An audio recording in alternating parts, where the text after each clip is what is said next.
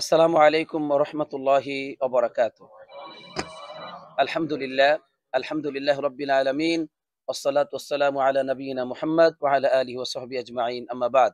আলহামদুলিল্লাহ, সর্বপ্রথমে আল্লাহ তাআলার শুকর আদায় করছি যে মহান আল্লাহ তাআলা আমাদেরকে মদিনা ইসলামিক সেন্টারে রাসূলুল্লাহ সাল্লাল্লাহু আলাইহি ওয়াসাল্লামের শহরে দ্বীন শিখার জন্য, দ্বীন বুঝার জন্য, আল্লাহর তাওহীদকে, আল্লাহর পরিচয়কে জানবার জন্য আমাদেরকে বিগত সপ্তাহের মতো আজকেও একত্রিত হওয়ার তৌফিক দিয়েছেন।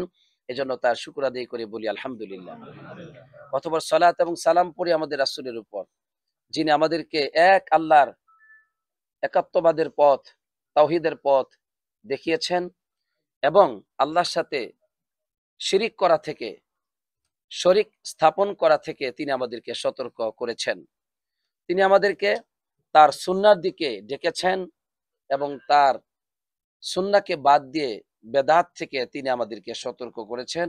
পাশাপাশি সমস্ত পাপ থেকে আমাদেরকে তিনি সতর্ক করেছেন। সেই রাসূলের উপর সকলেই পড়ি সাল্লাল্লাহু আলাইহি ওয়াসাল্লাম।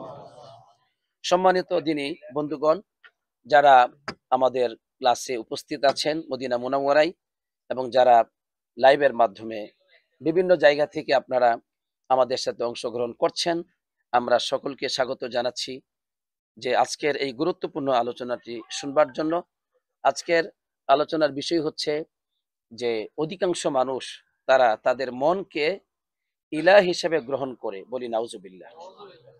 অধিকাংশ মানুষ এই পৃথিবীর তারা তাদের মনটাকে তাদের ইলাহ হিসেবে, মাবুদ হিসেবে গ্রহণ করবে, যেখানে তারা ইলাহ হিসেবে গ্রহণ করবে একমাত্র কাকে? আল্লাহ সুবহানাহু ওয়া তাআলাকে। কিন্তু সেটা না করে তারা তাদের মনটাকে ইলাহ হিসেবে গ্রহণ করে মনের ইবাদত করে যাচ্ছে। নাউজুবিল্লাহ। বিষয়টি অত্যন্ত গুরুত্বপূর্ণ নয়? অনেক গুরুত্বপূর্ণ। আমি মনে করি এটা আপনার জীবনের, আশা করি, একটি শ্রেষ্ঠতম আলোচনা, যা দিয়ে আপনি আল্লাহ তাআলার ইবাদতের পথে চলতে পারবেন এবং সাথে সাথে শয়তানের ইবাদত থেকে, নিজের নফসের ইবাদত থেকে আপনি মুক্ত হতে পারবেন। আল্লাহ তাআলা আপনাকে তৌফিক দান করুক শোনার জন্য, আর আমাকে মন দিয়ে প্রাণ খুলে স্পষ্টভাবে কোরআন এবং সুন্নাহ থেকে, পাশাপাশি উলামায়ে কেরামদের বক্তব্য থেকে আমি যেন আলোচনাটি উপস্থাপন করতে পারি, এই তৌফিক প্রার্থনা করে শুরু করছি আমার আজকের এই গুরুত্বপূর্ণ বিষয় আলোচনা। আলহামদুলিল্লাহ। প্রথমে আমরা জানতে চাই ইলাহ কাকে বলা হয়? ইলাহ বলা হয় সত্য মাবুদকে, অর্থাৎ যার ইবাদত করা হয় তাকে বলা হয় ইলাহ। একমাত্র ইলাহকে আল্লাহ, আল্লাহ রাব্বুল আলামিন আমাদের ইলাহ। আল্লাহু ফিস সামাওয়াতি ওয়া ফিল আরদ। আল্লাহ রাব্বুল আলামিন আকাশেও ইলাহ, জমিনেও ইলাহ। এজন্য লা ইলাহা ইল্লাল্লাহ, আল্লাহ ছাড়া আর কোন সত্য ইলাহ নেই। আকাশে যারা আছেন তারা একমাত্র আল্লাহর ইবাদত করবেন, জমিনে যারা আছেন তারাও একমাত্র আল্লাহর ইবাদত করবেন। এজন্য আল্লাহ তাআলাই একমাত্র ইলাহ, একমাত্র সত্য মাবুদ। তিনি ইবাদতের উপযুক্ত, আর কারো ইবাদত করা যাবে না। এজন্য উলামায়ে কেরামগণ ইলাহ বলতে বুঝিয়েছেন যে একমাত্র কেবলমাত্র যার আদেশ এবং নিষেধ মেনে চলা হয় তিনি ইলাহ। অর্থাৎ যিনি আপনাকে আদেশ করবেন, যিনি আপনাকে নিষেধ করবেন, তিনি হচ্ছেন ইলাহ। ইলাহ সম্পর্কে ইমাম ইবনে রজব রহমাতুল্লাহি আলাইহি, তিনি যুগশ্রেষ্ঠ একজন সহিহ আকীদার আলেম ছিলেন। তিনি ইলাহ এর অর্থ বুঝাচ্ছেন যে ইলাহ কাকে বলা হয়। তিনি বলছেন ইলাহ বলা হয় এই সত্তাকে আল্লাযী ইউতাউ ফালা ইউসা, যার আনুগত্য করা হয়, যার অবাধ্য হওয়া যায় না, তাকে বলা হয় ইলাহ। কেন আনুগত্য করা হয়, কেন অবাধ্য হওয়া যায় না? বলছেন হাইবাতান লাহু ওয়া ইজলালান, তাকে সম্মান এবং মর্যাদার কারণে। তার যে সম্মান এবং মর্যাদা আপনার কাছে রয়েছে, কারণ তিনি আপনাকে সৃষ্টি করেছেন, তিনি আপনাকে রিজিক দিচ্ছেন, তিনি আপনাকে সম্মানিত করেছেন, বিপদ মুসিবত থেকে বাঁচাচ্ছেন। আপনার প্রতিটি শ্বাস প্রশ্বাসের মালিক একমাত্র তিনি। এই পৃথিবীকে উপভোগ করার জন্য যত নিয়ামত আপনি পেয়েছেন সব যিনি দিয়েছেন তিনি হচ্ছেন সেই আল্লাহ, সেই ইলাহ। এজন্য ইলাহ বলা হয় এই সত্তাকে, যার আনুগত্য করা হয়, যার অবাধ্য হওয়া যায় না। কেন? তার সম্মান এবং মর্যাদার জন্য। ও মাহাব্বাতান ও খৌফান ও রাজাআন, তাকে ভালোবাসার কারণে, তাকে ভয় করার কারণে, তার কাছে আশা করার কারণে। এমনকি তাকে আনুগত্য করতে হয়, তাকে অবাধ্য হওয়া যায় না। এই কারণে ও তাওয়াক্কুলান আলাইহি, জীবনের সকল ক্ষেত্রে তার উপর ভরসা করার কারণে, ওয়া সুআলান মিনহু, তার কাছেই প্রার্থনা করার কারণে, এমনকি তার কাছে দোয়া করার কারণে। সুতরাং এই যে বিষয়গুলো, তাকে সম্মান করা, তাকে ভালোবাসা, তাকে ভয় করা, তার কাছে আশা করা, তার উপর ভরসা করা, তার কাছে প্রার্থনা করা, তার কাছে দোয়া করা, এইসব এসব কিছুর কারণে তাকেই আনুগত্য করতে হয়, তার অবাধ্য হওয়া যায় না। তিনি হচ্ছেন ইলাহ। এখন ইলাহ কাকে বলা হয় বুঝতে পারছেন? তাহলে ইলাহ মানে যার আনুগত্য করা হয়, যার ইবাদত করা হয়, যার প্রতিটি আদেশ মেনে চলা হয়, প্রতিটি নিষেধকে মানে নিষেধ থেকে বিরত থাকা হয়, তিনি হচ্ছেন ইলাহ। কেন? তার সম্মান, মর্যাদা, বরত্ব, তার প্রভুত্বের কারণে। এটা হচ্ছে ইলাহ। সুতরাং এগুলো একমাত্র কার জন্য ব্যয় করতে হবে? এগুলো আল্লাহর হক। এগুলো যিনি ইলাহ হবেন তার হক। এগুলো অন্য কাউকে দেওয়া যাবে না। কোন নবী রাসূলকে দেওয়া যাবে না। কারণ নবী রাসূলের ইলাহ হলেন আল্লাহ। কোন ফেরেশতাকে দেওয়া যাবে না। ওই ফেরেশতাদের ইলাহ হচ্ছেন আল্লাহ। কোন জিনকে দেওয়া যাবে না। জিনের ইলাহ হচ্ছেন আল্লাহ। এজন্য সমস্ত মাখলুকাতের ইলাহ কে? আপনার ইলাহ কে? আল্লাহ। সুতরাং ইলাহ মানে যার আনুগত্য করা হয়, যার অবাধ্য হওয়া থেকে বিরত থাকা হয়, তিনি হচ্ছেন ইলাহ। এক কথায় যার ইবাদত করা হয় তিনি হচ্ছেন ইলাহ। তাহলে ইলাহ একমাত্র কে হবেন? আরো কেউ আছে? না। এজন্য আল্লাহ সুবহানাহু ওয়া তাআলা তিনি কোরআনুল কারীমে বলতেছেন যে সূরাতুল আম্বিয়ার ২৫ নম্বর আয়াতে কারিমায়, ওমা আরসালনা মিন ক্বাবলিকা মির রাসূলিন ইল্লা নূহি ইলাইহি আন্নাহু লা ইলাহা ইল্লা আনা ফাবুদুন। আল্লাহ তাআলা বলছেন, হে রাসূল শুনেন, আপনার পূর্বে যত রাসূল আমি প্রেরণ করেছি, সমস্ত রাসূলদের উপর আমি ওহী করেছি যে আন্নাহু লা ইলাহা ইল্লা আনা, আমি আল্লাহ ছাড়া আর কোন ইলাহ নাই। আমি আল্লাহ ছাড়া আর কোন ইলাহ নাই। আমার ইবাদত ব্যতীত আর কারো ইবাদত তোমরা করতে পারবে না। ইবাদতের অধিকারী একমাত্র আমি। আমি ছাড়া তোমাদের ইবাদতের অধিকারী আর কেউ নয়। ইল্লা আনা, আমি ছাড়া আর কেউ না। সুতরাং ফাবুদুন, ফাবুদুন, ফাবুদুনি, তোমরা আমার ইবাদত করো। তাহলে সমস্ত নবী রাসূলদের কাছে আল্লাহ ওহী করেছেন, তারা যেন তাদের কওমকে বলে দেন যে একমাত্র তোমরা আল্লাহর ইবাদত করো। তাহলে একমাত্র ইলাহ কে? একমাত্র ইলাহ কে? আল্লাহ। এখন যে ব্যক্তি আল্লাহর ইবাদত করে না, সে কি আল্লাহকে ইলাহ মানলো? সে কি আল্লাহকে ইলাহ মানলো? এজন্য ইবাদত ছাড়া মুসলমান হওয়া যায় না। সুতরাং যারা হাজার বার বলে লা ইলাহা ইল্লাল্লাহ, লা ইলাহা ইল্লাল্লাহ, এটা বলার পরেও ওই লোকটি মুনাফিক, মুনাফিক, মুনাফিক। যতক্ষণ পর্যন্ত অন্তর দিয়ে আল্লাহ রাব্বুল আলামিনকে ইলাহ হিসেবে, সত্য মাহবুদ হিসেবে গ্রহণ না করবে এবং আল্লাহর ইবাদতে নিজের জীবনটাকে উৎসর্গ না করবে, ততক্ষণ পর্যন্ত ওই লোকটি মুনাফিক, সে চিরজাহান্নামী, চিরজাহান্নামী, চিরজাহান্নামী। নাউজুবিল্লাহ। আল্লাহ আমাদেরকে বুঝবার তৌফিক দান করুন। আমিন। সুতরাং অনেক মানুষ বলে যে আমরা তো মুসলমান, আমরা তো জান্নাতে যাবোই যাব। কারণ আমরা যে লা ইলাহা ইল্লাল্লাহ পড়েছি, আমরা যে অন্তর দিয়ে বিশ্বাস করি অন্তরে আল্লাহ আছে। এর মানে কি আছে জানেন? সে আল্লাহ তাআলাকে কিভাবে বিশ্বাস করে খেয়াল করেন। সে আল্লাহকে বিশ্বাস করে ওইভাবে যেভাবে আরবের মুশরিকরা আল্লাহকে বিশ্বাস করেছিল, যাদের সাথে রাসূলুল্লাহ সাল্লাল্লাহু আলাইহি সাল্লাম যুদ্ধ করেছেন, লড়াই করেছেন, উহুদের মাঠে যাদের সাথে যুদ্ধ হয়েছে, বদরের ময়দানে যাদের সাথে যুদ্ধ হয়েছে, যাদের বিরুদ্ধে যুদ্ধ করবার জন্য, যাদেরকে হত্যা করার জন্য আল্লাহ রাব্বুল আলামিন আকাশ থেকে ফেরেশতা নাজিল করে মুসলমানদেরকে সাহায্য করেছেন, তারাও এইভাবে আল্লাহকে বিশ্বাস করত। সেটা কোনটা? আল্লাহ সৃষ্টিকর্তা। সেটা কোনটি বলুন? আল্লাহ সৃষ্টিকর্তা। আল্লাহ রাব্বুল আলামিন সৃষ্টিকর্তা। এটা আরবের মুশরিকরা যেমন বিশ্বাস করেছে, আজকে গোটা পৃথিবীর কাফেররা বিশ্বাস করে আল্লাহ সৃষ্টিকর্তা। হিন্দুরা বিশ্বাস করে আল্লাহ সৃষ্টিকর্তা। তবে আল্লাহ বলে না, তারা বলে ভগবান। কিন্তু সৃষ্টিকর্তা রূপে কাকে বিশ্বাস করে? তারা মূর্তিকে কখনো, ওই কালী পূজাকে আর ওই ১০ হাত্তাকে, কোন পূজাকে তারা বলে না যে এগুলো আমাদের সৃষ্টিকর্তা। তারা বলে আমরা এগুলো বানাইছি। কিন্তু এগুলো মূলত কার জন্য বানাইছি? ওই ভগবানের জন্য বানাইছে। তো কাজেই আজকে নামদারি মুসলমানরা, অথচ ভিতরে কুফর এবং শিরিক, এই সমস্ত মুসলমান গুলো তারা বলে আমাদের অন্তরে ঈমান আছে। এর মানে কি আছে? অন্তর দিয়া সে আল্লাহকে বিশ্বাস করে, আল্লাহ সৃষ্টিকর্তা, আল্লাহ রিজিকদাতা, আল্লাহ জীবনদাতা, আল্লাহ মৃত্যুদাতা, এটা বিশ্বাস করে, আলহামদুলিল্লাহ, অসুবিধা নাই। কিন্তু অন্তর দিয়ে আল্লাহকে সৃষ্টিকর্তা, রিজিকদাতা, জীবনদাতা বিশ্বাস করলে ইমানদার হওয়া যায় না, তারা কখনো মুসলমান হতে পারে না। যেইভাবে আরবের মুশরিকরা সরাসরি আল্লাহ তাআলা সৃষ্টিকর্তা, জীবনদাতা, মৃত্যুদাতা, আকাশ এবং জমিনের মালিক বলার পরেও তারা মুশরিক ছিল, কাফের ছিল, তাদের সাথে যুদ্ধ করেছেন রাসূলুল্লাহ সাল্লাল্লাহু আলাইহি ওয়াসাল্লাম। এজন্য আল্লাহ তাআলা বলছেন, হে রাসূল, আপনি তাদেরকে প্রশ্ন করেন, মান খালাকাস সামাওয়াতি ওয়াল আরদ, আকাশ এবং জমিনকে সৃষ্টি কে করেছেন?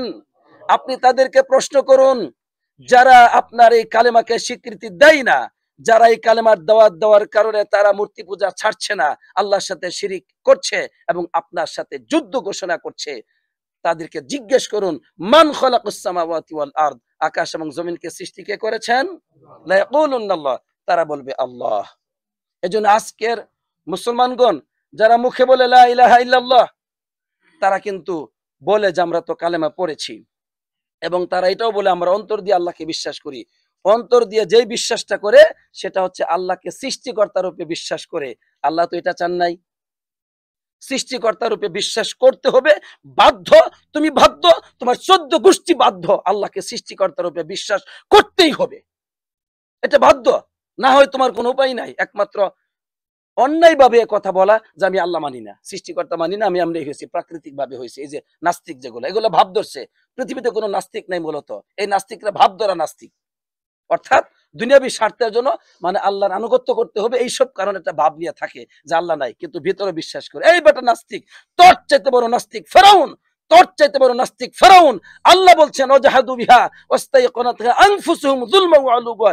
এই ফেরাউন অন্তর দিয়ে আল্লাহকে বিশ্বাস করত, আল্লাহ নিজে বলছেন, কিন্তু জুলমা ওয়া উলুওয়া, জুলুম বেশিত, অন্যায় বশত, এবং উলুওয়া, সুউচ্চ ক্ষমতা বশত, প্রভাব প্রতিপত্তি বশত সে মুখে আল্লাহকে অস্বীকার করেছে, কিন্তু অন্তর দিয়ে আল্লাহকে বিশ্বাস করত।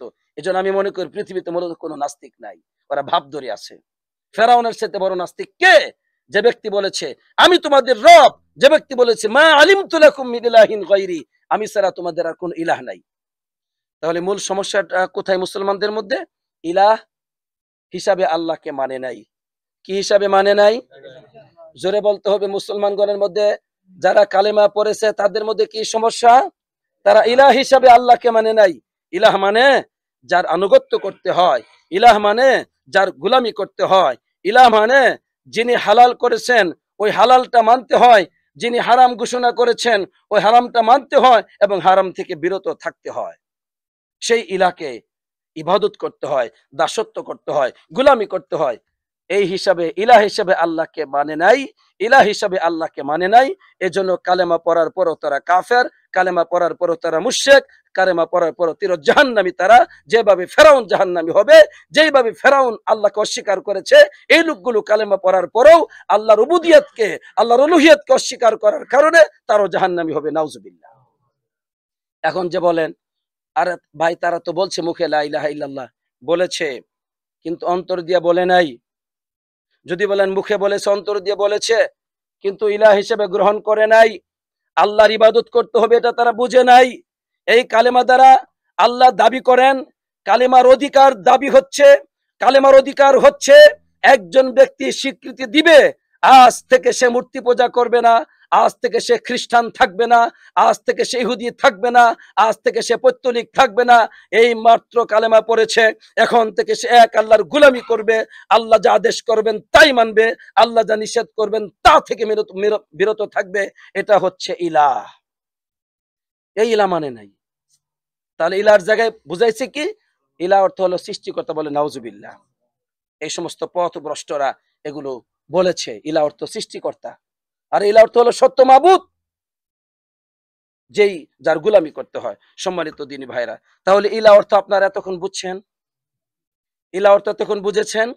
যতক্ষণ পর্যন্ত পৃথিবীর মানুষ আল্লাহকে ইলাহ হিসাবে, একমাত্র মাবুদ হিসাবে মেনে না নিবে, ততক্ষণ পর্যন্ত সে জাহান্নাম থেকে মুক্তি পাবে না। দলিল, আল্লাহ বলেছেন ওমা খলাকতুল জিন্না ওয়াল ইনসা ইল্লা লিয়াবুদুন, আমি জিন এবং মানুষকে সৃষ্টি করেছি কিসের জন্য? ইবাদত কোথায়? ইবাদত কোথায়? কালেমা পড়েছো তুমি, ইবাদত কোথায়? আল্লাহ যে হালাল করেছেন সেটাকে হালাল হিসেবে গ্রহণ করেছ? আল্লাহ যে হারাম ঘোষণা করেছেন সেটাকে হারাম হিসেবে মেনেছ? ইবাদত কোথায়? তোমার রাত এবং দিন কিভাবে চলে, এই জীবনটা যিনি সৃষ্টি করেছেন তার গোলামির জন্য, সেটা কিভাবে ব্যয় করো? তুমি যেখানে চাকরি করো ওই মনিবের কথা মানো, শুনো, সব ঠিক আছে। তোমার পার্টনারশিপের কথা তুমি সব কিছু মানো, কোম্পানির কথা মানো, এবং ডিউটির জন্য ঘর থেকে বের হয়ে যাও কোম্পানির অর্ডার মানার জন্য, এবং তোমার মনিবের জন্য তুমি অর্ডার মানার জন্য ঘর থেকে বের হয়ে যাও। আল্লাহর আনুগত্য করার জন্য তোমার জীবনে কয়বার ঘর থেকে বের হয়েছ? আজকের দিন সকাল থেকে সন্ধ্যা পর্যন্ত, এই সন্ধ্যা থেকে সকাল পর্যন্ত কয়বার আল্লাহ ইলাহ হিসাবে যিনি তোমাকে সৃষ্টি করছেন তার আনুগত্যের জন্য ঘর থেকে কয়বার বের হয়েছ বলো? কয় মিনিট সময় ব্যয় করেছ? সুতরাং তুমি মুসলমান হতে পারো নাই, তুমি বুঝো নাই। তোমাকে ধোঁকা দিয়েছে তারা, ওই সমস্ত বেদাতিরা ধোঁকা দিয়েছে, ওই জাহমিয়ারা, ওই মুতাজিলারা, ওই কুল্লাবিয়ারা, ওই আশাইরারা, ওই মাতুরিদিয়ারা, এই সমস্ত বেদাতি সম্প্রদায় তোমাকে ধোঁকা দিয়েছে। তারা বলেছে ইমানদার হওয়ার জন্য আমল লাগে না, ইবাদত লাগে না। ইমানের সংজ্ঞা থেকে আমলকে তারা বাদ দিয়েছে, ইবাদতকে বাদ দিয়েছে, বলেছে ইমানদার হওয়ার জন্য ইবাদত লাগে না। অনুরূপ ভাবে তারা অর্থ করেছে, ইলা নামের অর্থ করেছে মাবুদ না, ইলা নামের অর্থ করেছে সৃষ্টিকর্তা, ইলা নামের অর্থ করেছে সৃষ্টিকর্তা। এই জন্য তোমার ইবাদত লাগে না।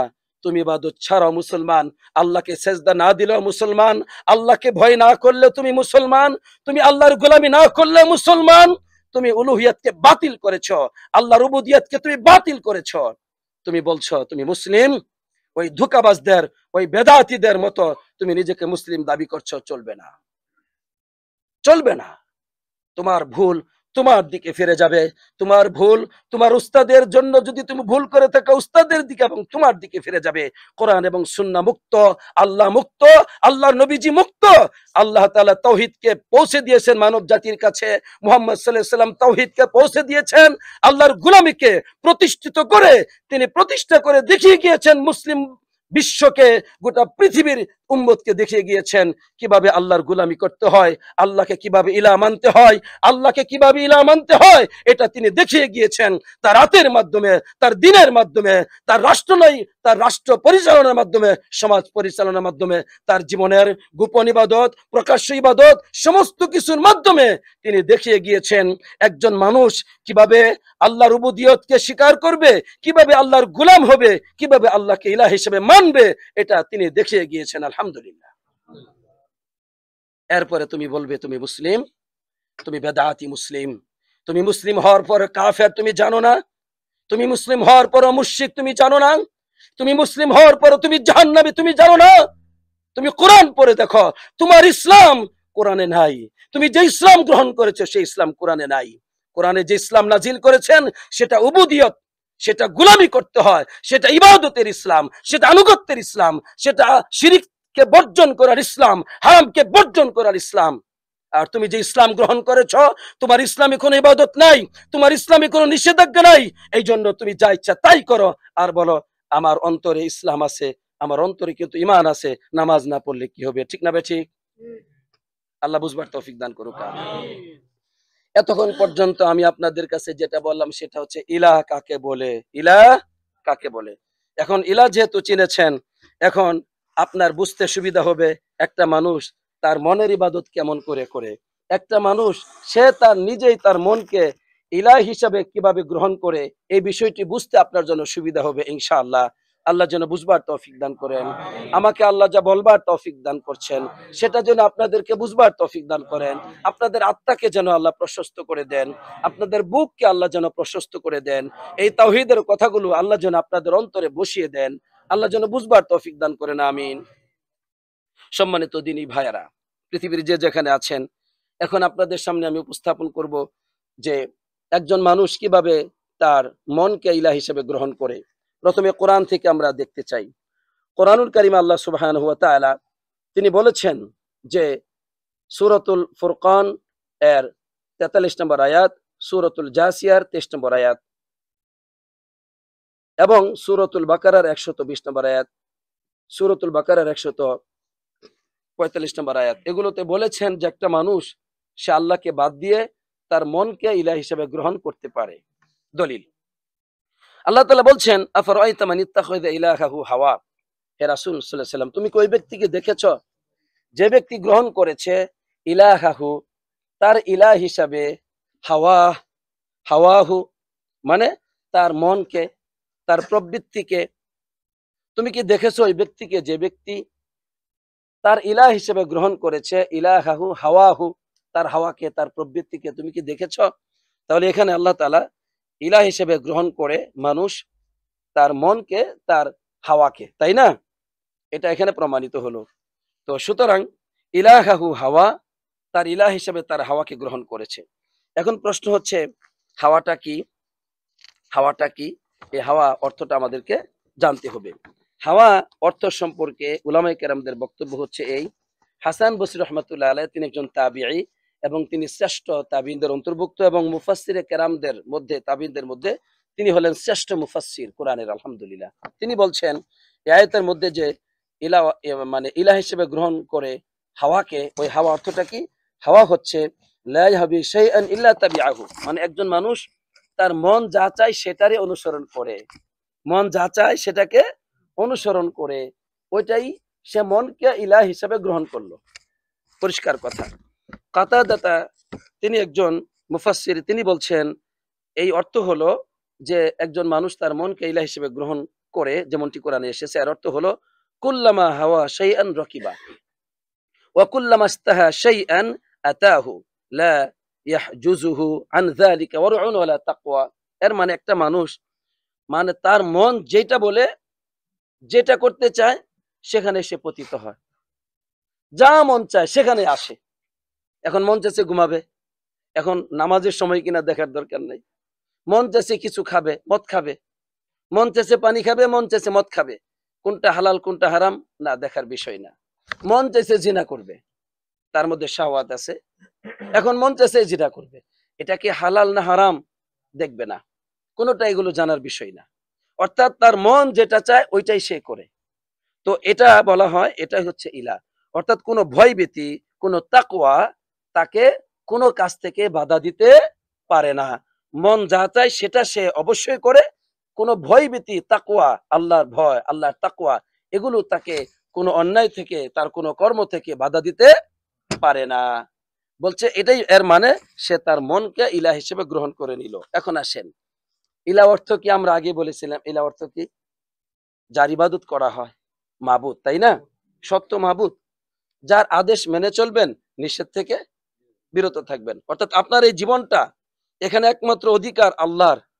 আল্লাহ আপনাকে যেটা আদেশ করেছেন সেটা আপনি করবেন।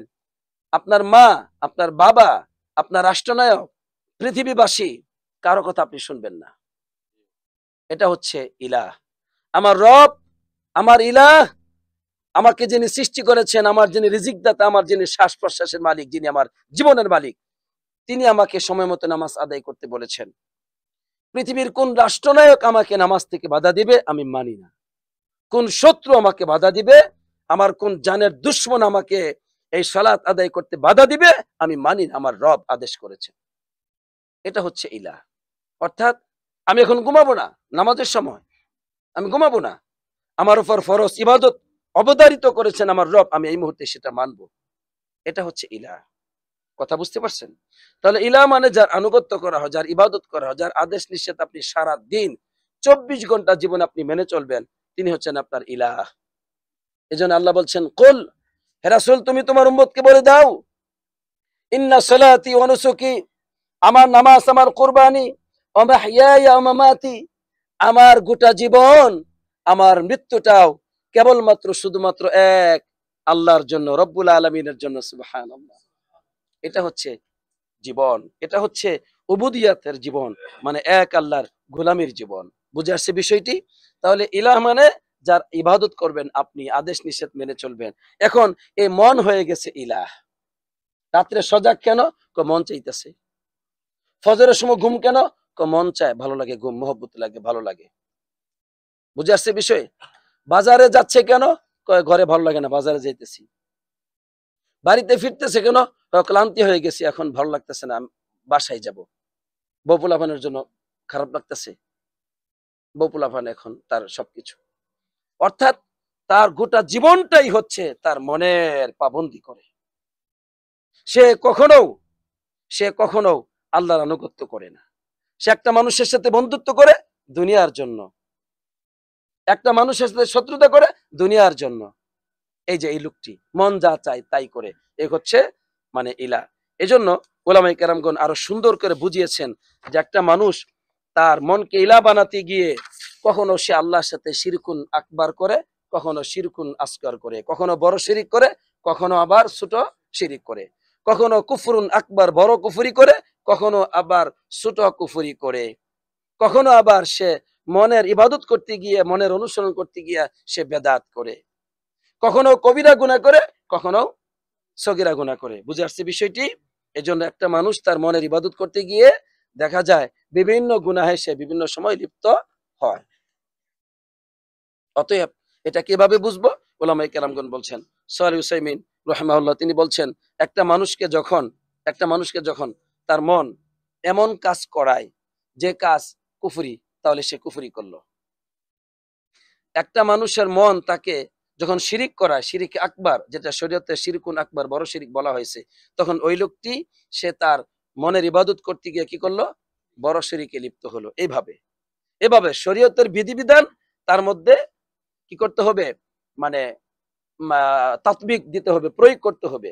শরীয়তের বিধান তার এই মনের কামনা বাসনা পুরা করতে গিয়ে যে সমস্ত কাজগুলো সে করতেছে, এগুলো যদি শিরিক হয় তাহলে ওটা শিরিক, কুফরি যদি হয় তাহলে সেটা কুফরি। বড় গুনাহ, ছোট গুনাহ, এইভাবে যত গুনাহ আছে ওই কাজগুলো সে করে যাচ্ছে। সে যখন আল্লাহ ব্যতীত তার মনের কামনা বাসনা, মনের চাওয়াটাকে সে সবসময় পুরা করতেছে। তাহলে বুঝে আসলো আপনাদের বিষয়টা? আচ্ছা, আলহামদুলিল্লাহ। এখন এখন আপনাদেরকে আরো সুন্দর করে আমি একটু বলতে চাই, ইবনে রজব রহমাতুল্লাহ আলাই তিনি এই ব্যাপারে সুন্দর গুছিয়ে কথাগুলি বলেছেন। ইবনে রজব রহমাতুল্লাহ আলাই তিনি এই বিষয়ে কথা বলেছেন এত সুন্দর করে যে আপনাদের বুঝে আসবে ইনশাআল্লাহ যে মানুষ কিভাবে আল্লাহ ব্যতীত অন্যের ইবাদত করে, মনের ইবাদত করে। তিনি বলছেন যে এজন্য কোরআনুল কারীমে এসেছে যে আফারাইতা মান ইত্তাখাযা ইলাহাহু হাওয়া, তুমি কি ওই ব্যক্তিকে দেখেছো যে ব্যক্তি তার মনটাকে ইলাহ হিসেবে গ্রহণ করেছে? এর মানে যেই মনের অনুসরণ মানুষ করে ওই মনটি তার জন্য ইলাহ হয়ে যায়। যেই মনের অনুসরণ করে সেই ব্যক্তি ওই মনকে ইলাহ হিসেবে গ্রহণ করে। এখন মন আপনাকে আল্লাহর আনুগত্যের দিকে ডাকতেছে, কার ইবাদতের দিকে ডাকতেছে? ওইটা কিন্তু মন ইলাহ হলো না, তখন ইলাহ হলো কে? আপনার মন, আপনার সব, এটা আল্লাহর গোলাম হয়ে গেছে। আপনার মনটা কার গোলাম হয়ে গেছে? আল্লাহর। আপনার মনের মাবুদ হচ্ছেন কে? আল্লাহ। আপনার মন আল্লাহকে সবচেয়ে বেশি ভালোবাসে। আপনার মন আল্লাহকে ভয় করে, দিনের বেলাও ভয় করে, রাতের অন্ধকারও ভয় করে। এর মানে আপনার মন আল্লাহর গোলাম হয়ে গেছে। আপনার মন হলো আব্দ, আপনি নিজে আব্দ, আপনার মন আব্দ, গোলাম। এখন ওই যে একমাত্র গোলামি করতেছে কার? আল্লাহর। এটাই তো চাওয়া, আলহামদুলিল্লাহ। কিন্তু যখনই আল্লাহর গোলামি বাদ দিয়ে মন অন্যদিকে আল্লাহর অবাধ্যতার দিকে ছুটাছুটি করে, তখন ওইটা মানুষ মনকে ইলাহ হিসেবে গ্রহণ করে। তো এখন তিনি বলতেছেন যে একটা হাদিস নিয়ে এসেছেন এই আয়াতের পরে, যে এই আয়াতের সপক্ষে একটা হাদিস রয়েছে, যেমনটি সই হাদিসে এসেছে, তাইসে আব্দুদ দিনার তাইসে আব্দুদ দেরহাম। ভালো করে বুঝেন। বলছেন দেরহামের গোলাম ধ্বংস হোক, দিনারের গোলাম ধ্বংস হোক। দিনার এবং দেরহাম, স্বর্ণ এবং রূপার মুদ্রাকে দিনার এবং দেরহাম বলা হয়। তো এখন স্বর্ণ রূপার এই যে দিনার এবং দেরহামের গোলাম ধ্বংস হোক, এর মানে কি? কিভাবে নবী করিম সাল্লাল্লাহু আলাইহি ওয়াসাল্লাম বললেন যে মানুষ টাকার গোলাম হয়, পয়সার গোলাম হয়, দিনার দেরহামের গোলাম হয়? তিনি বলতেছেন এর অর্থ হচ্ছে যে আন্না কুল্লামান আহাব্বা শাইআন ওয়া আতাআহু, একজন মানুষ যখন কোনো বস্তুকে ভালোবাসে এবং সে তার আনুগত্য করে, একজন মানুষ যখন কোনো বস্তুকে ভালোবাসে এবং সে তার আনুগত্য করে, ওয়া কানা গায়াতু কসদিহি ওয়া মাতলুবিহি, ওই বস্তুটাই তখন তার একমাত্র লক্ষ্য বস্তু, উদ্দেশ্যে পরিণত হয়। তার লক্ষ্যটা কি? ওই বস্তুটা। সে জীবনে চাই কি? তার জীবনের রাত এবং দিনের কর্ম দ্বারা, সবকিছু দ্বারা, তার জীবনের প্রতিটি শ্বাস প্রশ্বাস দ্বারা চাই কি? ওই বস্তুটা। ওইটা তার লক্ষ্য বস্তু, এবং সেটাকে সে খুব ভালোবাসে এবং সেটার আনুগত্য করে। ওয়াওয়ালা লিআজলিহি ওয়াআদা লিআজলিহি, ওই বস্তুর জন্যই সে বন্ধুত্ব করে কারো সাথে, ওই বস্তুটির জন্যই সে শত্রুতা করে কারো সাথে। কি বুঝলেন? বলছে ফাহু আব্দুহু, তখন সে ওই বস্তুর গোলাম হয়ে যায়। ওয়াযালিকা শাই মা'বুদুহু ওয়া ইলাহুহু, ওই বস্তুটাই তখন তার মাবুদ হয়ে যায়, তখন তার ইলাহ হয়ে যায়। বুঝে আসছে বিষয়টা আপনাদের? এবার স্পষ্ট হলো? তাহলে আপনার কাছে যদি আপনার অর্থ এত বেশি প্রিয় হয়ে যায়, অর্থের জন্য আপনার জীবন, রাত্রে ৩টা পর্যন্ত ডিউটি করেন, কোনো অসুবিধা নাই, রাত্রে 4টা পর্যন্ত ডিউটি করেন, কোনো অসুবিধা নাই, নামাজ ইবাদত কোনো ধার ধারে না, কিসের নামাজ কিসের কি, রাত দিন 24 ঘন্টা শুধু আপনার টাকার জন্য আপনার জীবন, কোনোদিন নামাজ পড়ার সময় পান না, সুযোগও নাই আপনার। ওই যে আল্লাহকে সৃষ্টিকর্তা রূপে আবার বিশ্বাস করেন, কিন্তু মাবুদ হিসেবে গ্রহণ করেন নাই তো। তাহলে এই সম্পত্তি হচ্ছে এখন আপনার মাবুদ, এই সম্পত্তি হচ্ছে আপনার ইলাহ, আপনার মন হচ্ছে আপনার ইলাহ। কেন? এই মন এই সম্পত্তির ইবাদত করে, এই মন সম্পত্তির ইবাদত করে, সম্পত্তি এখন ইলাহ হয়ে গেছে। তাই সে আব্দুদ দিনার ও দেরহাম, দেরহামের গোলাম ধ্বংস হোক, দিনারের গোলাম ধ্বংস হোক। তাহলে টাকার গোলাম ধ্বংস হোক। এই যে টাকার গোলাম কাকে বলে চিনছেন? টাকার গোলাম কারা চিনছেন? যারা কোন আল্লাহর হুকুম হাকাম মেনে চলে না, তাদের কাছে কখন ঘুম, কখন ঘুমানো যাবে, কখন ঘুমানো উচিত, রাত আর দিন নাই, তারা দিন রাত 24 ঘন্টা টাকা টাকা, এই ডিউটির উপরে এই ডিউটি, এই ডিউটির উপরে এই ডিউটি, এভাবে করে যাচ্ছে। তারা হচ্ছে টাকার গোলাম। তাহলে একজন মানুষ যখন কোনো বস্তুকে অনেক ভালোবাসে এবং ওই বস্তুর আনুগত্য করে, ওই বস্তুটি তার জীবনের একমাত্র লক্ষ্য বস্তু হয়ে যায়, ওই বস্তুর জন্য সে কারোর সাথে বন্ধুত্ব করে, ওই বস্তুর জন্য সে কারোর সাথে শত্রুতা করে, তখন ওই বস্তুর সে গোলাম হয়ে যায়, ওই বস্তুটি তখন তার মাবুদ হয়ে যায়, তার ইলাহ হয়ে যায়। এখন বুঝে আসছে? তাইসা আব্দুদ দিনার ও তাইসা আব্দুদ দিরহাম, দিনারের গোলাম দেরহামের গোলাম, বুঝতে পারছেন এখন? সুতরাং এইভাবে মানুষ আল্লাহর ইবাদত বাদ দিয়ে দুনিয়ার যে কোনো মাখলুকের ইবাদত করতেছে। এখন আমরা বলতে পারি, আপনি একজন মেয়েকে খুব ভালোবাসেন, তাকে ভালোবাসতে গিয়া নামাজ বাদ দিয়েছেন, তাকে ভালোবাসতে গিয়া হিন্দু পাড়া গিয়েছেন, তাকে ভালোবাসতে গিয়া ওই ওই যে চিতাখোলার মাটি নিয়ে আসছেন কবিরাজি করার জন্য, তাকে ভালোবাসতে গিয়া মা বাবার সাথে বন্ধুত্ব সম্পর্ক বিচ্ছিন্ন করেছেন, আর তাকে ভালোবাসতে গিয়া আপনি ইসলাম ধর্ম ত্যাগ করে হিন্দু হয়ে গেলেন। এইভাবে করে এই যে ভালোবাসা, তখন ওই নারীটি তার মাবুদ হয়ে যায়। কি হয়ে যায়? মাবুদ হয়ে যায়, ইলাহ হয়ে যায়। তখন ওই লোকটি মুশরিক হয়ে যায়। অনুরূপ ভাবে ওই নারীও দেখা যায় সব ত্যাগ করে ছেলেকে চায়, তার মা বাবা ভাই বোন সমস্ত বিচ্ছিন্নতা, মুসলিম সমাজ সবকিছু বাদ দিয়ে সে তখন হিন্দু পাড়ায় চলে যায়, হিন্দু এলাকায় চলে যায়। কিন্তু বলে, তো আমি তো পূজারে সেজদা দেই না, আমি কিন্তু ঠিক আছি, কারণ আমি যে আল্লাহকে বিশ্বাস করে সৃষ্টিকর্তা রূপে। আরে গর্দভ, তুমি যাদের কাছে এসেছো হিন্দুরা, তারা সবাই ভগবানকে সৃষ্টিকর্তা রূপে বিশ্বাস করে, তুমি যেমন আল্লাহকে সৃষ্টিকর্তা রূপে বিশ্বাস করে, তুমি নিজেও মুশরিক, তারাও মুশরিক, তুমি বুঝো না। বুঝে আসছে কিভাবে? কিভাবে? যেখানে আপনাকে আদেশ করবেন আল্লাহ, আল্লাহ যা আদেশ করেছেন সেটা আপনি মানবেন এই জীবন দ্বারা, এই মন আল্লাহর আনুগত্য করবে, এই মন আল্লাহকে ভালোবাসবে, এই মন আল্লাহকে ভয় করবে, এই মন আল্লাহর কাছে আশা করবে, এই মন আল্লাহর আনুগত্য করবে, এই মন আল্লাহর জন্য জীবন দিবে, এই মন আল্লাহর জন্য রাত ব্যয় করবে, দিন ব্যয় করবে, অর্থ উপার্জন করবে, সব আল্লাহর জন্য, অন্য কারোর জন্য নয়। এটা হচ্ছে আপনার ইলাহ হচ্ছেন আল্লাহ।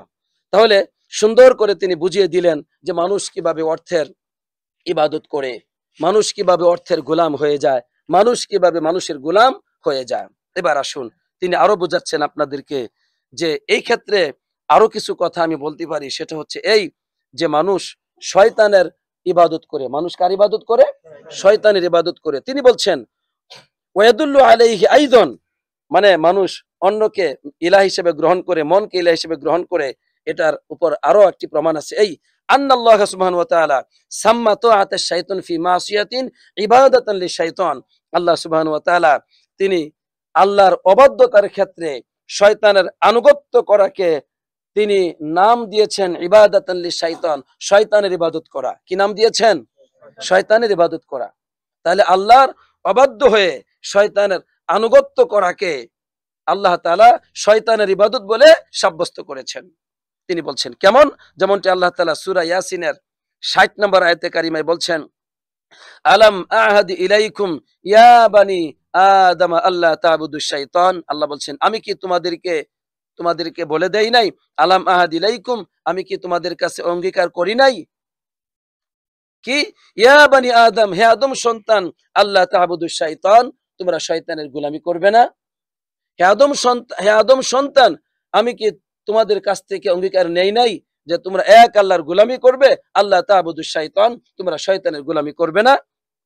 এখন তিনি আরো বলতেছেন যে আল্লাহ তাআলা ইব্রাহিম আলাইহিস সালামের ঘটনাকে উল্লেখ করে বলছেন, ইব্রাহিম আলাইহিস সালাম তার পিতাকে বললেন, ইয়া আবাতি লা তা'বুদিশ শাইতান ইন্নাশ শাইতানা কানা লির-রহমানি আসিয়া। হে আমার পিতা, তুমি শয়তানের গোলামি করবে না, কারণ শয়তান সে রহমানের অবাধ্য। কার অবাধ্য? রহমান যিনি দয়াময় রব, তার অবাধ্য সে। যিনি দয়াময় ইলাহ, তার অবাধ্য শয়তান। তুমি হে আমার পিতা শয়তানের ইবাদত করবে না। তো এখন এখানে পরিষ্কারভাবে আল্লাহ তাআলা জানিয়ে দিয়েছেন, শয়তানের আনুগত্য করা, আল্লাহর অবাধ্য হয়ে শয়তানের হুকুম পালন করা, শয়তানের নির্দেশ পালন করা, এটা হচ্ছে শয়তানের গোলামি। আপনারা কি জানেন শয়তান আমাদেরকে আদেশ করে নিষেধ করে? জানেন এটা? জানেন এটা? আচ্ছা, শয়তান কি আদেশ করে না করে না? আচ্ছা, আল্লাহ রাব্বুল আলামিন সূরাতুল বাকারার 168 নম্বর আয়াতে কারিমায় বলতেছেন, ইয়া আইয়ুহান নাস কুলু মিম্মা ফিল আরদি হালালান তাইয়্যিবা। হে মানব জাতি, তোমরা পৃথিবীতে হালাল খাবার খাও, হালালান তাইয়্যিবা, যেটা হালাল, যেটা পবিত্র, এটা তোমরা খাও। ওয়ালা তাত্তাবিউ খুতুওয়াতিশ শাইতান, শয়তানের পথ অনুসরণ করো না। ইন্নাহু লাকুম আদুউম মুবিন, শয়তান তোমাদের দুশমন। এরপর আল্লাহ বলছেন, ইন্নামা ইয়া'মুরুকুম বিস-সুই ওয়াল ফাহশা, শয়তান তোমাদেরকে আদেশ করেন বিস-সু ওয়াল ফাহশা, মানে খারাপ কাজের, নির্লজ্জ কাজের আদেশ করে শয়তান। তোমরা তোমরা শয়তানের পথ অনুসরণ করো না। এখন যারা বাক্কালাতে সিগারেট বিক্রি করে, তারা অবশ্য একটা পবিত্র ব্যবসা করতেছে, ঠিক না? তারা যদি দাড়িওয়ালা হয়, টুপি মাথায় দেয়, হজ করতে যায় বারবার প্রতি বছরে, তারপরেও তারা একটা অংশ শয়তানের গোলামি করতেছে। তারা কার গোলামি করে? শয়তানের গোলামি করতেছে। এখন ওইটাকে কতটুকু সে ভালোবাসে এটা জানতে হবে। যদি সে ভালোবাসে যে আমার এইটাই তো লাভ, এটাই তো সব, এটা ছাড়া চলবো কেমনে, ওই পর্যায়ে দেখতে হবে। যদি গভীর পর্যায়ে পড়ে যায়, তাহলে সে শিরিক করে আল্লাহর সাথে। আর যদি মনে করে হারাম, এটা আসলে বাদ দিব, মানে হারাম, এটা ইমানি দুর্বলতা থাকে, তাহলে আমরা বলবো শিরকুন আসগার, ছোট শিরিক করে, তবে কবিরা গুনাহ করে। ছোট শিরিক ও কবিরা গুনাহ। কথা বুঝাতে পারলাম? শয়তানের ইবাদত করতেছে, তবে এই ইবাদতটা বড় শিরিকের পর্যায়ে যাচ্ছে না, তবে একসময় হয়তো বড় শিরিকের পর্যায়ে পৌঁছে যাবে, যখন দেখবে হাই রে, সিগারেটের ব্যবসায় তো সবচেয়ে লাভ, হালাল ব্যবসায় কি পাই? হালাল আল্লাহ বলছেন, ঠিক আছে, আল্লাহ রাসূল বলছেন, কিন্তু লাভ কই? সিগারেট ছাড়া তো আমি কোনো কাস্টমার পাই না। তাহলে একমাত্র এই সিগারেটের ব্যবসায়ী হচ্ছে আমার জীবনের রিজিক, আমার জীবনের পথ, আমার জীবনের সবকিছু। তখন সে হারাম ব্যবসার মধ্যে এইভাবে ডুবে। এই লোকটা কার গোলামি করে? আচ্ছা, তাহলে শয়তান কি আদেশ নিষেধ করে? ভালো ভালো আদেশ নিষেধ করে না, খারাপ। এইভাবে কোরআনে আরো বহু জায়গায় আছে শয়তান আদেশ করে, নিষেধ করে। তাহলে এখন শয়তানের ইবাদত করতে আল্লাহ নিষেধ করেছেন, আপনি করবেন না। এবার এই কথাগুলি মন দিয়ে আপনাকে শুনতে হবে, মনোযোগ দিয়ে শুনতে হবে। আজানের কয় মিনিট আছে? যে কয় মিনিট? 10 মিনিট আছে আজানের। এত বরকত পাচ্ছি আজকে। ইয়া রাব্বি লাকাল হামদু ওয়া লাকাশ শুকুর, ইয়া রাব্বি লাকাল হামদু ওয়া লাকাশ শুকুর। এত বরকত দিচ্ছেন। এবার কথাগুলো অত্যন্ত কঠিন, মন দিয়ে শুনতে হবে। শুনতে রাজি আছেন? ইনশাআল্লাহ। কথাগুলো বুঝতেছেন? ভারী লাগতেছে? আমরা বলি না তাওহীদ শিখেন, তাওহীদ শিখলে সব ঠিক। তাওহীদ শিখবেন না, শয়তানের অংশ ভিতরে থাকবে, কোনোদিন মুসলমান হতে পারবেন না। আচ্ছা, এবার এবার ইবনে রজব রাহমাতুল্লাহ আলাইহি বলতেছেন, এই কথাগুলো বলার পরে কোরআন আয়াত দ্বারা যে শয়তানের গোলামি করাকে আল্লাহ শয়তানের ইবাদত বলেছেন। তিনি বলছেন, ফামান লাম ইউহাক্কিক উবুদিয়াতার রহমান ওয়া তাআতাহু ফাইন্নাহু ইয়াবুদুশ শাইতান বিতাআতিহি লাহু। যে ব্যক্তি রহমানের ইবাদতকে যথাযথভাবে পালন করবে না, রহমানের আনুগত্যকে যথাযথভাবে পালন করবে না, সে অবশ্যই শয়তানের আনুগত্য করে শয়তানের ইবাদত করবে। নাউজুবিল্লাহ। হয়তো সঠিকভাবে আল্লাহর ইবাদত করবেন, অন্যথায় শয়তানের ইবাদত করবেন। হয়তো পরিপূর্ণভাবে আল্লাহর ইবাদত করবেন, অন্যথায় পরিপূর্ণভাবে ইবাদত না করলে শয়তানের অংশ আপনার ভিতরে ঢুকে যাবে, বাকি অংশ শয়তানকে দেওয়াই লাগবে, না উপায় নাই। তিনি বলছেন, যে ব্যক্তি যথাযথভাবে রহমানের ইবাদত করবে না, রহমান কেন বলছেন? দলিল, রহমান কেন বলছেন? রহমান হচ্ছে যিনি কাফের, মুশরিক, মুসলমান সবার উপর যিনি দয়া করেন, রহমান তিনি হচ্ছেন আল্লাহ। আর রহমানু আলাল আরশি ইস্তাওয়া, আল্লাহ তাআলা রহমান, আরশের উপর। রহমান মানে সকল কিছুর উপর যিনি দয়া করেন। কে তাকে স্বীকার করলো আর কে স্বীকার করলো না এটা দেখেন না, সবার জন্য তিনি দয়ালু। এইজন্য ইব্রাহিম আলাইহিস সালাম বলছিলেন, বাবা যে শিরিক করে এর মানে সাথে সাথে আযাব আসার কথা, আযাব আসতেছে না কেন? এজন্য তিনি বলছেন, হে আমার পিতা, তুমি শয়তানের গোলামি করো না। ইন্নাশ শাইতানা কানা লিররহমানি আসিয়া, শয়তান রহমানের অবাধ্য হয়। এজন্য আমরা যারা পাপ করি, আমরা রহমানের অবাধ্য হই। কারণ পাপ করার পরেও আমাদের উপর আযাব আসতেছে না, পাপ করার পরেও আমাদের উপর শাস্তি আসতেছে না, পাপ করার পরেও ব্যবসায় লস আসতেছে না, পাপ করার পরেও দুনিয়ার উপভোগ আমার মধ্যে ঠিকভাবে আছে। রাত্র যাপন করেছি পাপের উপর, সকালবেলা ঘুম থেকে জাগ্রত হয়েছি সুস্থতার উপর। এটা কেন? এটা রহমানের কারণে, তার নাম যে রহমান। কিন্তু এই রহমান মনে রাখবেন, এই রহমান তিনি আজকে দিচ্ছেন, আজকে দয়া করতেছেন, কিন্তু ঈমান ছাড়া শিরিক করে বেঈমান হয়ে যদি মারা যায়, আখিরাতে এই রহমান তিনি শাদীদুল ইকাব, শাদীদুল আযাব হয়ে যাবেন, আপনাকে কোনো দয়া করবেন না। কথা বুঝে আসছে? এজন্য আপনাকে বুঝতে হবে যে আজকে সুযোগ দিয়েছেন বলেই আপনাকে ধরা হবে না, পাকড়াও করা হবে না, এটা মনে করবেন না। এবার লক্ষ্য করুন যে যদি আপনি পরিপূর্ণভাবে রহমানের গোলাম না হন, তাহলে শয়তানের গোলাম হয়ে যাবেন। এরপরে তিনি বলছেন, ওয়ালাম ইউখলিস মিন ইবাদাতি শাইতান ইল্লা মান আখলাসা উবুদিয়াতার রহমান। আর একজন ব্যক্তি সেই শয়তানের গোলামি থেকে মুক্তি পাবে না যদি সে রহমানের একনিষ্ঠভাবে ইবাদত না করে। তাহলে রহমানের ইবাদত থেকে কি বলে, শয়তানের ইবাদত থেকে সে ব্যক্তি মুক্তি পাবে, রেহাই পাবে, মুক্তি পাবে। মান আখলাসা উবুদিয়াতার রহমান, যে ব্যক্তি রহমানের গোলামিকে একনিষ্ঠভাবে আদায় করবে, সে ব্যক্তি শয়তানের গোলামি থেকে, ইবাদত থেকে মুক্তি পেয়ে যাবে। তাহলে যে ব্যক্তি রহমানের ইবাদত যথাযথভাবে আদায় করবে না, সেই শয়তানের ইবাদত করবে, নাউজুবিল্লাহ। বুঝে আসছে বিষয়টা? সুতরাং এরপরে তিনি বলছেন, আল্লাহ তাআলা বলেন এই একনিষ্ঠ গোলামদের ব্যাপারে আল্লাহ বলেন, ইন্না ইবাদি লাইসা লাকা আলাইহিম সুলতান, এই শয়তান আমার বান্দাদের উপর তোর কোনো প্রভাব নাই। আলহামদুলিল্লাহ, যখন আপনি একনিষ্ঠ হয়ে যাবেন, তখন এই শয়তান আপনাকে ধোঁকা দিতে পারবে না, শয়তান আপনাকে হারাম খাওয়াতে পারবে না, শয়তান আপনাকে জিনা ব্যভিচারে লিপ্ত করতে পারবে না, শয়তান আপনাকে গীবত করাতে পারবে না, শয়তান আপনাকে কবরে সেজদা দেওয়াতে পারবে না। এভাবে জীবনে যত বিপদ মুসিবত আসুক, আল্লাহকে ভুলিয়ে দিতে শয়তান পারবে না। কারণ আপনি একনিষ্ঠভাবে আল্লাহকে ইলাহ হিসেবে গ্রহণ করেছেন, রাতে দিনে সর্বদাই আল্লাহর আপনি গোলাম হয়ে গেছেন। এখন শয়তানের কোনো অংশ আপনার ভেতরে নেই, শয়তান আপনার কাছেই যেতে পারবে না।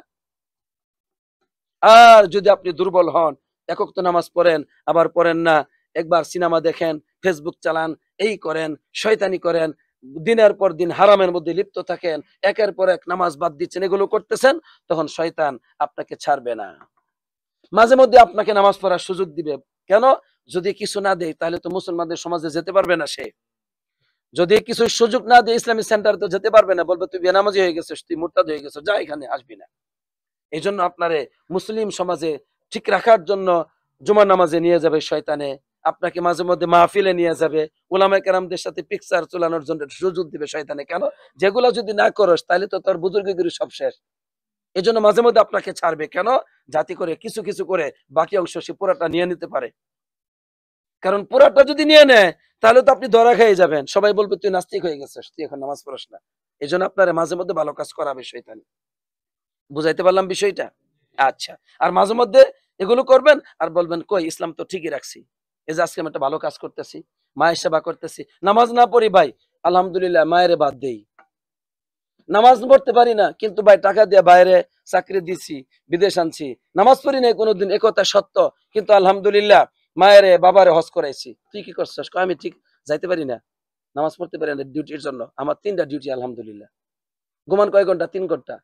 বাহ, দেখছেন আল্লাহর সাথে শিরিককারী একটা লোক, একটা শয়তানের গোলাম, শয়তান তাকে বুঝাইছে তুই কিন্তু আল্লাহর গোলাম, আমার না।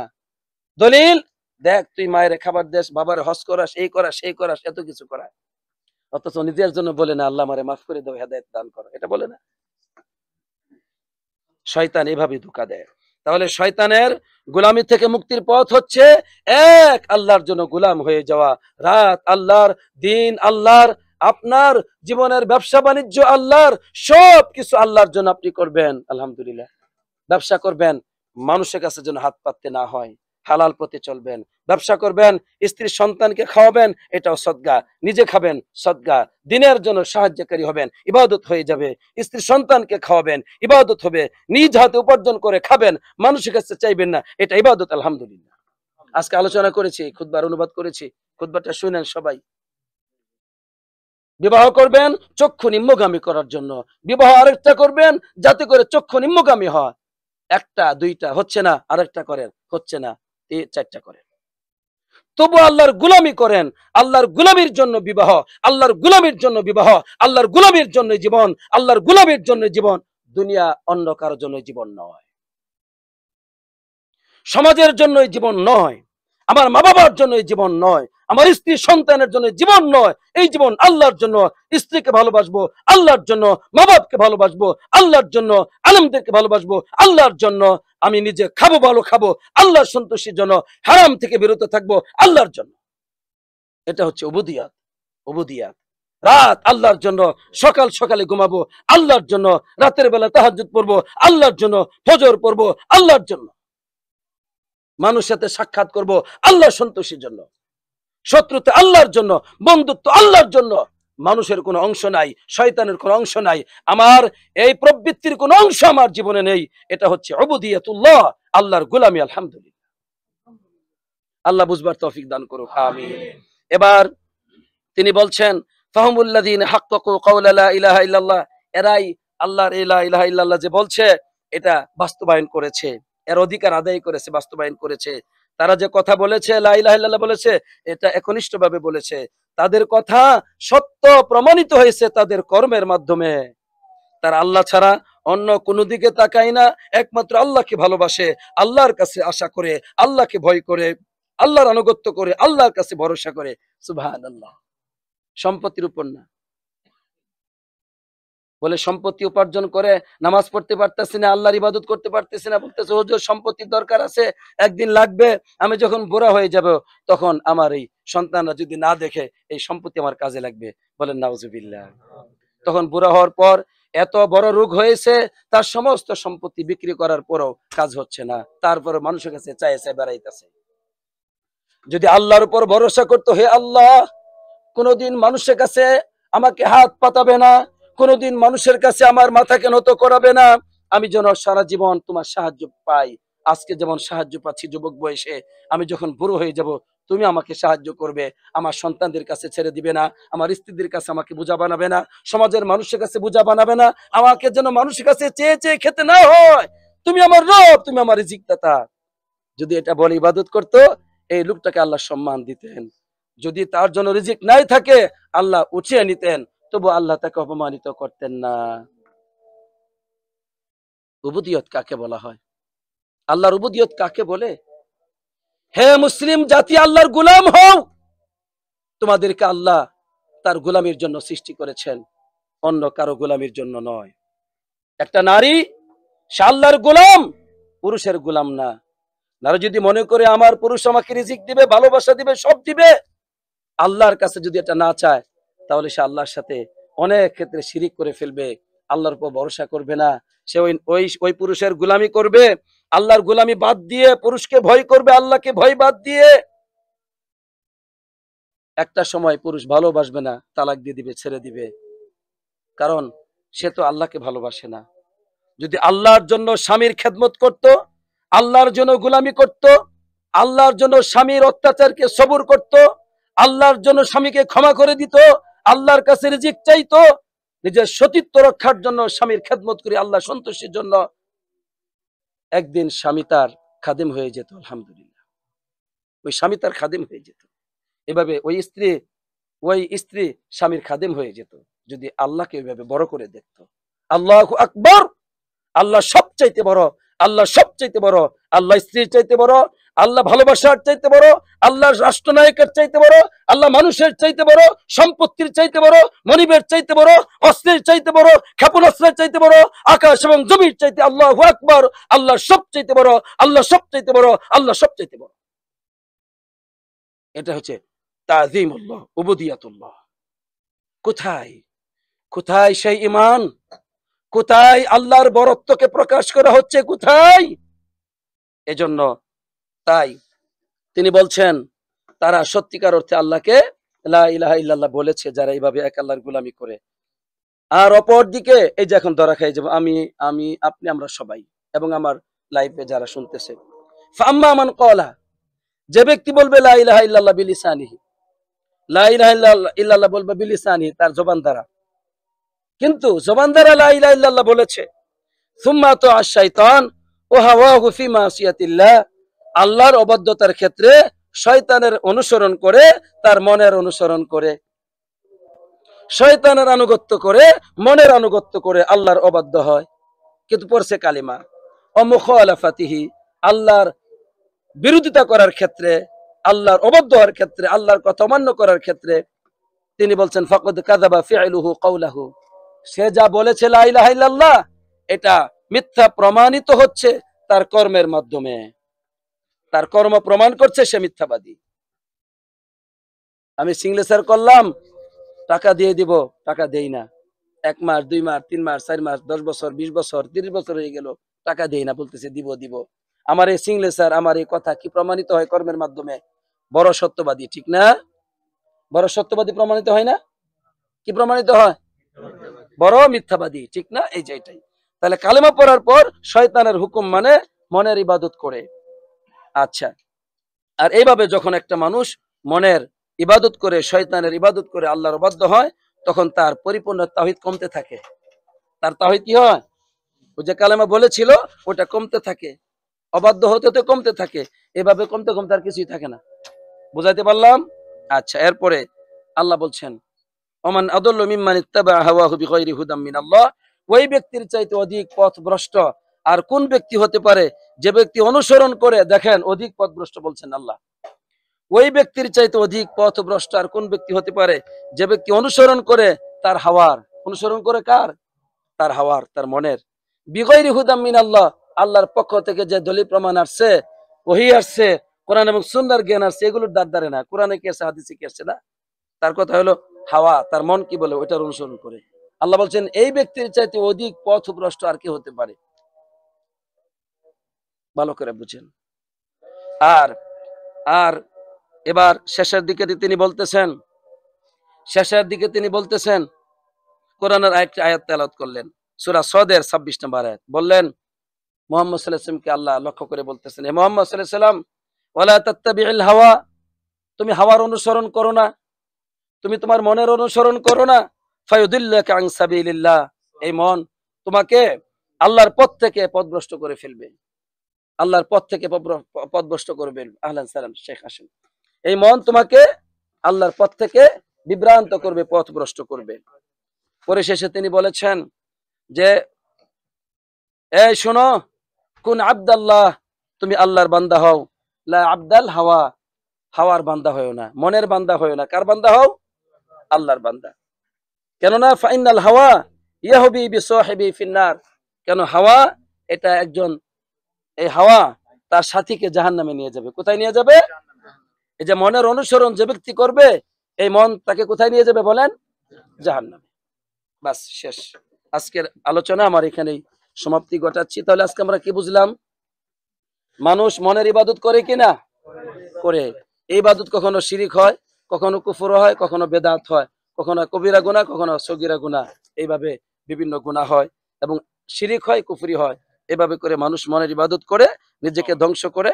আল্লাহ রাব্বুল আলামিন যেন আমাদের সবাইকে এক আল্লাহর গোলাম হওয়ার তৌফিক দান করেন, এক আল্লাহকে ইলাহ হিসেবে গ্রহণ করার তৌফিক দান করেন।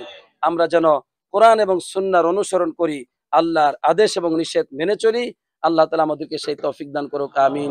আসসালাতু ওয়াসসালামু আলা নবিয়িনা মুহাম্মদ ওয়া আলা আলিহি ওয়া সাহবিহি আজমাইন। হাইয়াকুমুল্লাহ, আহলান সাহলান শাইখানা।